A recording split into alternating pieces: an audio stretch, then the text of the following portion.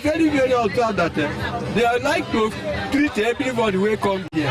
Where every person is very happy. They are getting the drugs, see the doctors. As the Department of Nursing Sciences, Enugu State University of Science and Technology Median Health Day came to an end, one can only realize how important it is to prioritize our health in order to live a healthy and fulfilled life. Reporting from Enugu South Local Government Area Headquarters, Chioma Okbala for Afia TV News. Thank you so much, Chioma, for that report. Now away to Abia State. The Abia State government has announced the arrest of the facility manager of Aba Textile Mills, along with 2 other staff members in connection with the alleged vandalism and theft of the company's assets. While the names of the suspects and the exact date of the incident were not revealed, the Commissioner for Information, Prince Oke Kano, confirmed that the individuals are presently in custody. Addressing journalists after the State Executive Council meeting held yesterday, Kano issued a stern warning to those involved in damaging or stealing government property, urging them to stop or risk facing severe legal consequences.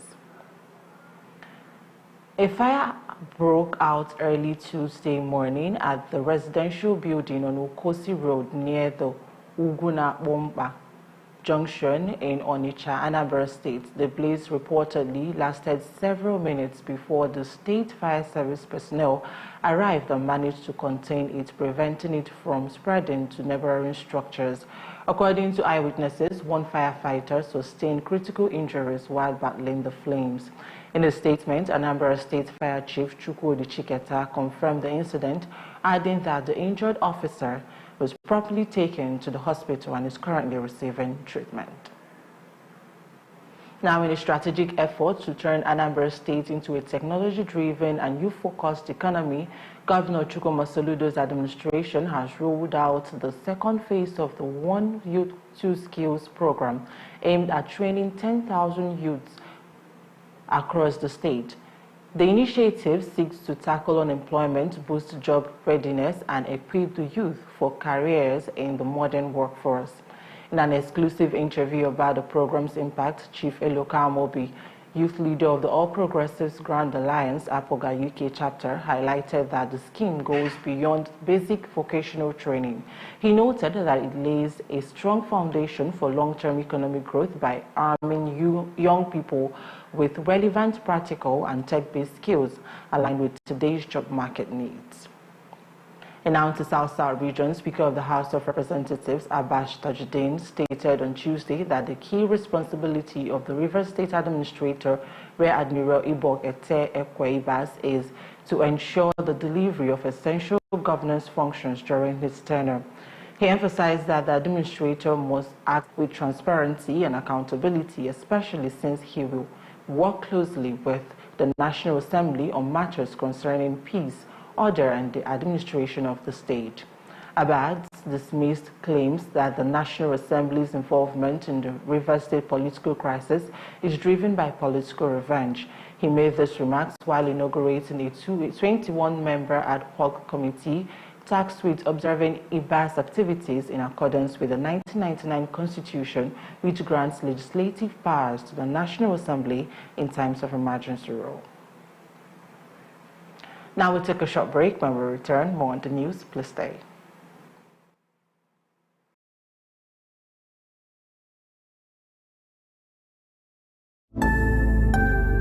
Good evening to you, viewer, and welcome to Women in Business, a show that profiles women, executives, and even the next door store owner, showcasing Igbo greatness to the world. I started always obsessed with books ever since I was a child. The stress of always converting naira to dollar and an incompetent means an incompetent person.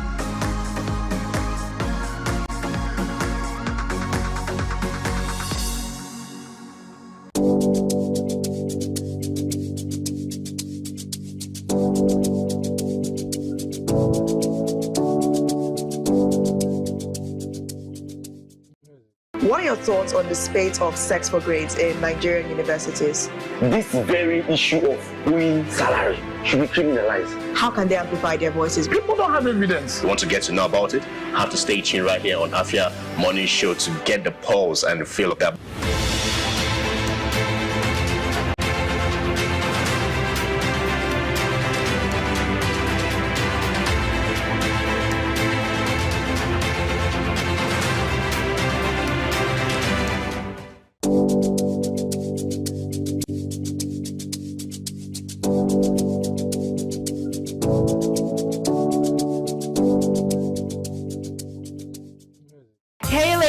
Join us on Gyno Plus every Wednesday at 6 p.m. right here on Africa TV, DSTV channel 254, and GoTV channel 17, where we will delve into health issues affecting girls and women in society. Breastfeeding doesn't even cause breast size.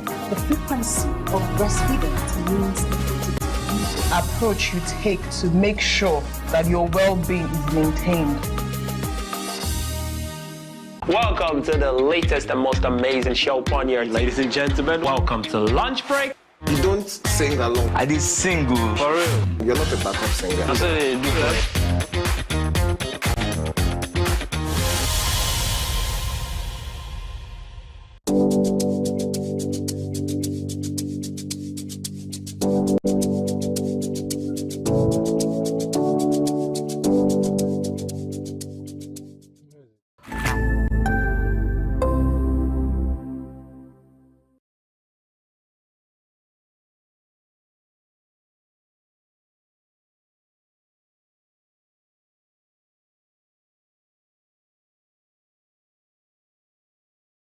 Welcome back. This is still News Today on Africa Television. I am Ogochukwu Osai. Now to the foreign scene. The federal government has announced that Friday, April 18 and Monday, April 21, 2025 will be public holidays in celebration of Good Friday and Easter Monday.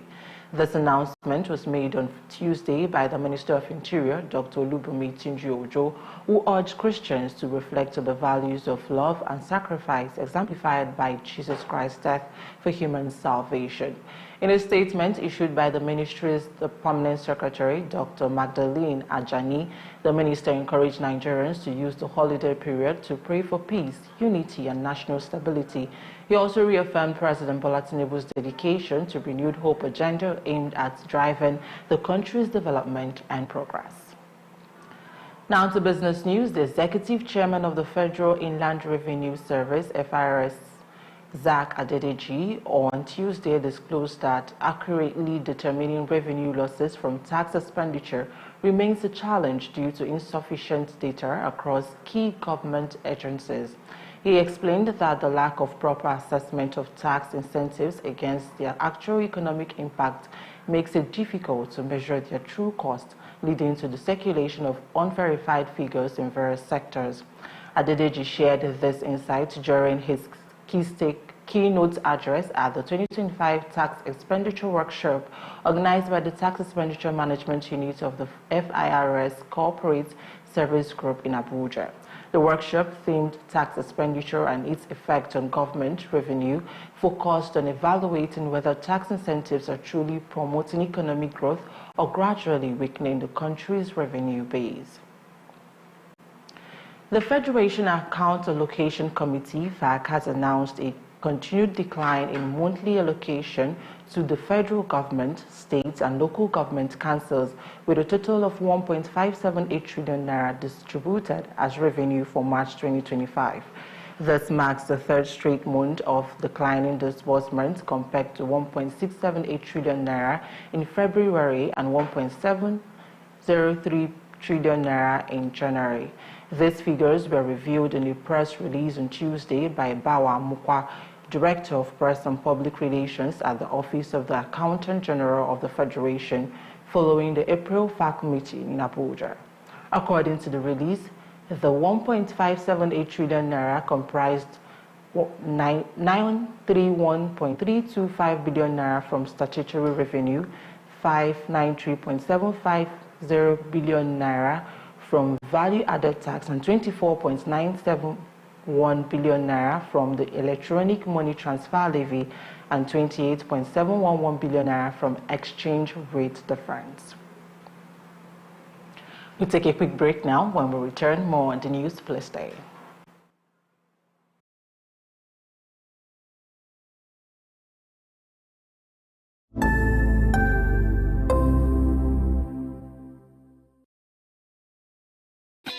So you're wondering what the brand wars is about? Come, Come, let me tell you. The Brand Wars is a reality TV business game show. From business-themed games to business-themed tasks, The Brand Wars seeks to solve real-life branding challenges. Shh. Are you aware that 25 million naira worth of prizes are up for grabs? This includes 10 million naira cash, free business advertisements on DSTV and GoTV for 30 days, and an all-expense-paid weekend getaway at the landmark Nikkei Lake Resort. Oh, by the way, registration and voting is open, and it's just, hold on, 100 naira only. To register and vote, visit www.fonzieweb.com/brandwars or download the Fonzie app on Google Play or iOS stores now. For inquiries, call 09155334949. Now that you know, what are you waiting for?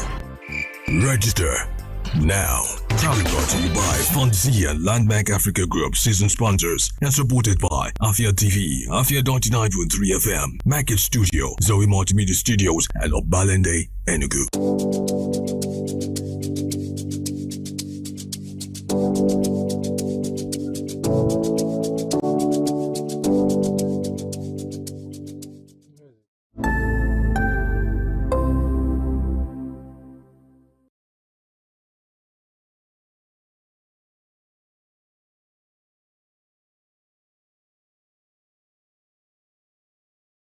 Welcome back. In case you're just joining us, this is News Today on Afia Television, and I am Okochukwu Osai. Now, to the continent, hundreds of Tunisians took to the street on Tuesday demanding justice after a tragic school wall collapse in the central town of Mozwana killed 3 students and injured 2 others on Monday. The victims, who were preparing for their baccalaureate exams, died when a crumbling wall gave way.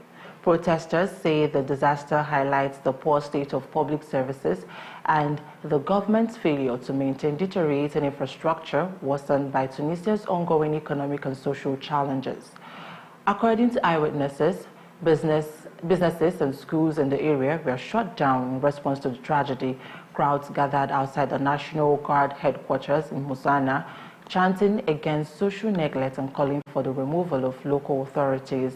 In the capital, Tunis, hundreds of young people joined in solidarity protests, voicing anti-government sentiments and calling for the administration's resignation. Authorities have launched an investigation, and a judicial official confirmed that the school's principal has been arrested in connection with the incident. Away from that, 2 years into Sudan's devastating civil war, the paramilitary Rapid Support Force RSF, have declared a rival government challenging the country's armed forces. RSF leader Mohammed Hamdan Hemedti claims the group is creating a lawful state and promises nationwide services, including education and healthcare. The announcement came as international leaders met in London to push for peace. Meanwhile, heavy fighting continues, with government forces bombing RSF positions near El Fasher, displacing hundreds of thousands. And now to the foreign scene. United States President Donald Trump has ordered his health department to work with Congress on changing the Medicare drug price negotiation law, aiming to align with pharmaceutical industry demands. Drug makers want to delay price negotiations for pill-based drugs by 4 years, matching the 13-year wait for biotech drugs. The move, part of a broader executive order to cut healthcare costs, follows a national security review of the pharmaceutical sector. While Trump cannot change the law unilaterally, he has directed Health Secretary Robert F. Kennedy Jr. to pursue legislative reforms. And now to sports news. Nigeria's Flying Eagles are set to leave Abuja for Cairo this weekend as they enter the final phase of preparations for the 2025 Africa Under-20 Cup of Nations. The team, coached by Aliyu Zubairu, recently arrived in Abuja from Castina for the second leg of their training camp. They will spend a week in Cairo before the tournament begins. Placed in Group B, the Flying Eagles will take on former champions Tunisia as well as Kenya and Morocco. Their first match is scheduled against Tunisia on Saturday, April 28th, and the tournament will also act as a qualifying event for the 2025 FIFA Under-20 World Cup in Chile. More to come on the news right after this break. Please stay with us.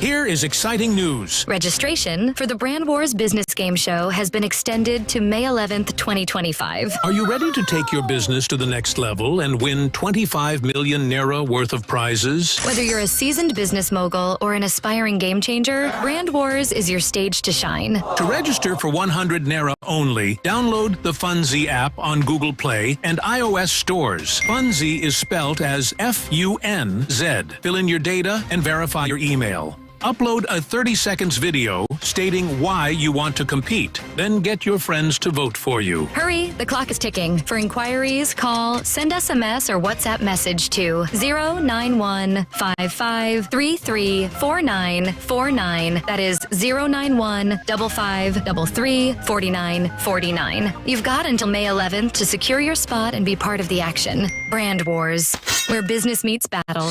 Proudly brought to you by Funzy in Landmark Nikkei Resort, season sponsors, and supported by Afia TV, Afia 99.3 FM, Market Studios, Zoe Multimedia Studios, and Oberlinde Enugu.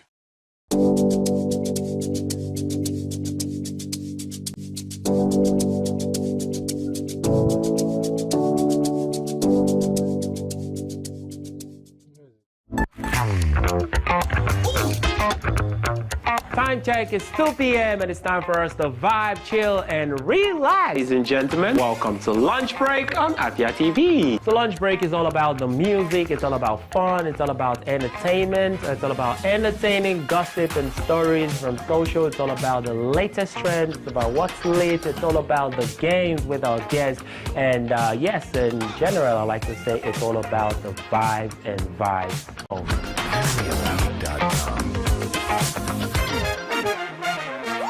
Good evening to you, viewer, and welcome to Women in Business, a show that profiles women, executives, and even the next door store owners, showcasing Igbo greatness to the world. I started always obsessed with books ever since I was a child. The stress of always converting Naira to dollar and an incompetent means an incompetent person.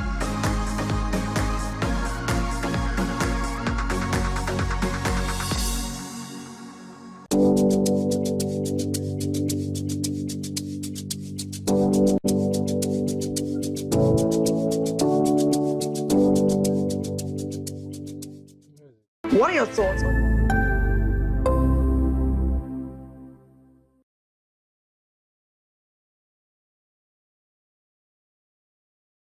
What are your thoughts on the spate of sex for grades in Nigerian universities?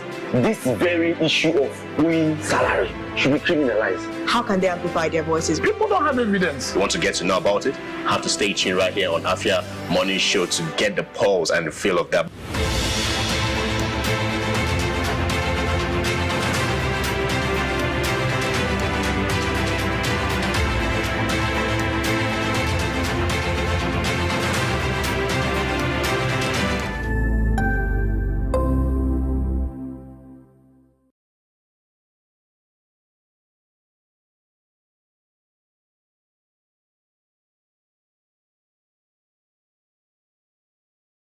Welcome back. This is still News Today on Afia Television, and I am Ogochukwu Osai.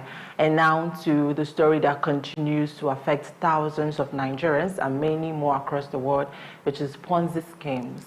Despite growing awareness, these fraudulent setups are evolving using new tools like social media and digital platforms to lure unsuspecting victims with promises of quick wealth. But why do people still fall for them? And what can be done to stop the cycle? And joining me to discuss this is Aniche Ndudim Roland, ex-banker, CEO, Rogon Capital Limited. Thank you so much for joining me on the show. Thank you. Now, to dive straight into the conversation, can you explain to us how Ponzi works and why people still continue to fall victims? Okay, a Ponzi scheme is as old as, from my last research, you have the tulip mania, which occurred in the 17th century in Holland, where somebody picked up a tulip, is like a flower. So he took it somewhere in the Middle East, took it down to, I can't recall the exact place, took it to Holland and created a marketing scheme out of it as being able to solve so many things. And the market evolved. It became very big. And the price kept on rising and rising until nobody could buy again and the whole thing crashed. So you could see it's all who is buying, who is the next person that is buying and willing to drop the bag. So you could see Ponzi schemes like this. It can also come in form of a pyramid. The first person that goes in benefits, but the last person that goes in loses completely. Whereas the previous set of people would have gained a lot. Then the question is the returns on it. Many times the returns are too good to be true. Yeah. You can talk about 30 to 40% on a monthly basis.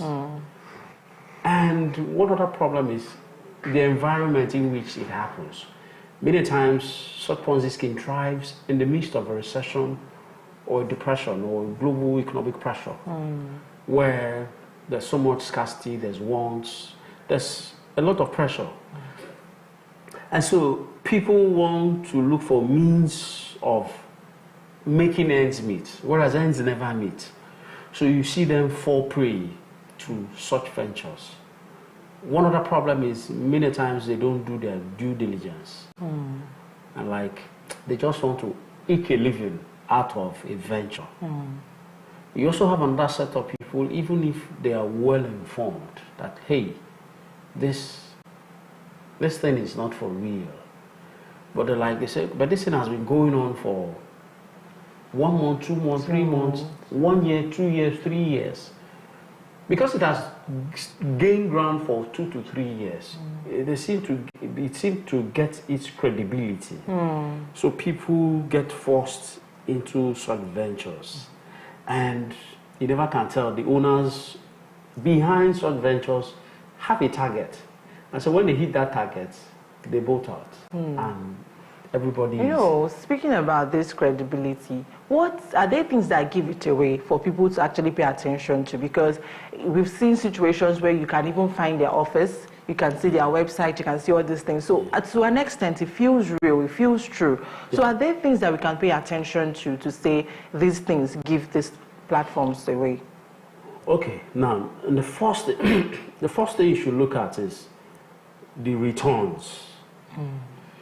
If somebody is offering you a returns of 50% in a month, please, they should raise a red flag.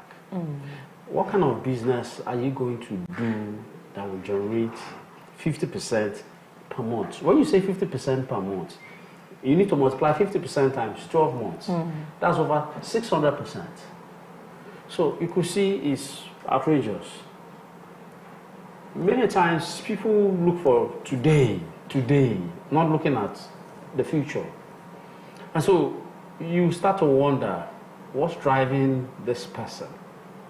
Now, Lord Maynard Keynes says, you have animal spirits, different behavior patterns in human beings. And maybe because since the fall of man, everybody seems to have one form of greed or the other. So it all depends on how you contain yourself, if you are contented within yourself. But some people are very ambitious and want to like down the risk. Like there's a word by this popular rapper. Is it take the risk or die low? I've forgotten the phrase. So you see, the people need to be very wary and cautious of investment. More especially, ask the right questions or consult people that are into finance, a banker, a stockbroker. Sometimes I've even seen bankers involved in such things like that. And, you know, while we were taught as a banker, you're more or less like a financial advisor to your clients. So you're duty bound to render the best advice to your clients, to your customers, to whoever, or maybe to the public generally. The truth, you owe the person the truth, so that the person does not rely on your advice and jumps into a venture that becomes bad. I'll give you a typical example. I consulted for a client.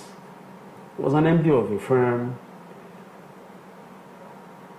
I prepared a feasibility studies for him, and it was like, okay, he appreciated it. He was supposed to pay me, he didn't pay me. Within the space of a week, there was a fraud in the office. He called my attention.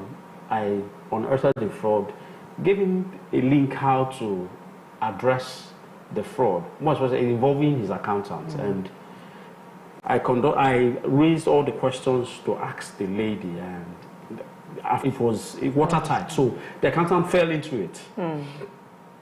Lo and behold, the same MD was asked to resign because of what happened. He was paid off. He didn't get back to me to pay me. Somebody somewhere advised him into a venture. He took all his money into it, and it went in flames. So you could see deliberate attempts by even people that you think should know will still fall into such ventures. No. The popular one was even the MMM. I spoke to so many people about it. Even bankers were into it. I like, you also into this? And they're like, so, well, but when it crashed, they just kept quiet. I said, if you find out, a lot of people affected by these Ponzi schemes, they've all been affected before. So the question is, why get into it the second That's the question I want to ask. Is it a people problem? Because it feels like most of the times we know that this is actually not clear, but you just want to go jump into it and make the money at that particular time and have it. So is it a people's problem? And aside from personal loss, are there other like economic or societal damages, this kind of schemes? Yeah, it's bad for the society. It's not just Africa alone. It's even Europe and America. They've all had their histories where they try to like regulate it. The latest is Sam Bankman-Fried in crypto exchange. He ran the crypto exchange and everything blew up. So despite even when there was the Security Exchange Commission had interactions with him along the path, but you could see there's a failure of regulatory agencies to bring it to book. Many times these things evolve beyond even regulatory authorities, and they seem sometimes they might not be on top of it. And when it blows up, it becomes an issue and regulation comes into place. But the question is, people will always fall subject to Ponzi schemes owing to an underlying greed amongst them, which you cannot eliminate from humans. So there will be regulations to curb, but it will not completely isolate it entirely.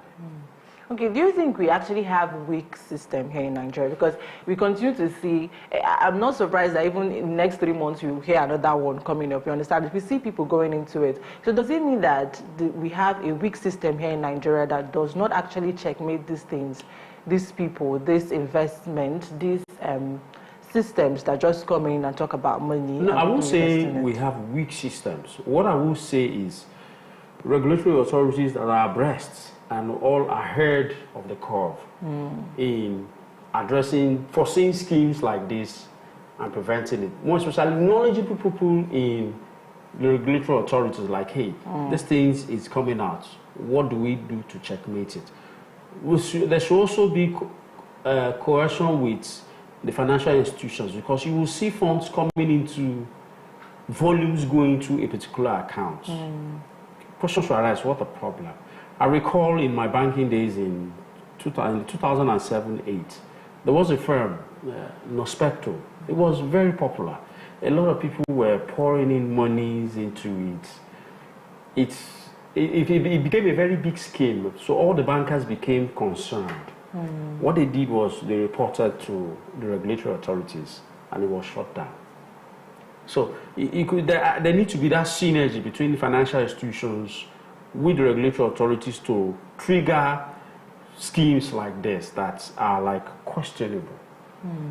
Meanwhile, there are regulations for establishing firms, more especially if you're into asset management investments, all these things falls under Securities and Exchange Commission. Like my firm now, I run consulting. But if I want to go into investment, I need to go through the regulatory process of Securities and Exchange Commission. I should also have registered with EFCC with my SCOMO license.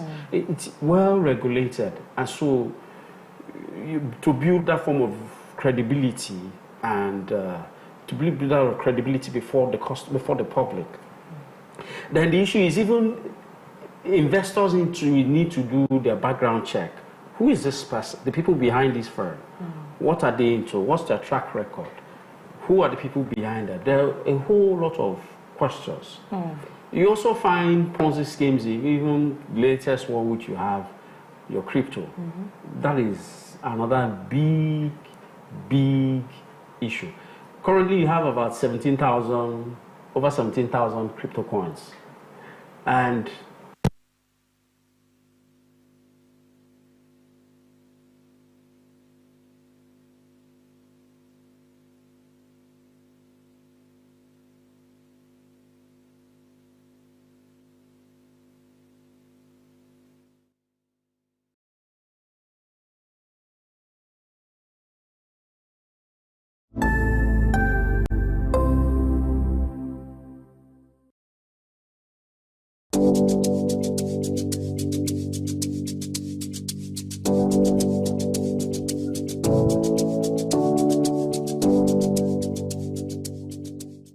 what are your thoughts on the spate of sex for grades in Nigerian universities? This very issue of owing salary should be criminalized. How can they amplify their voices? People don't have evidence. You want to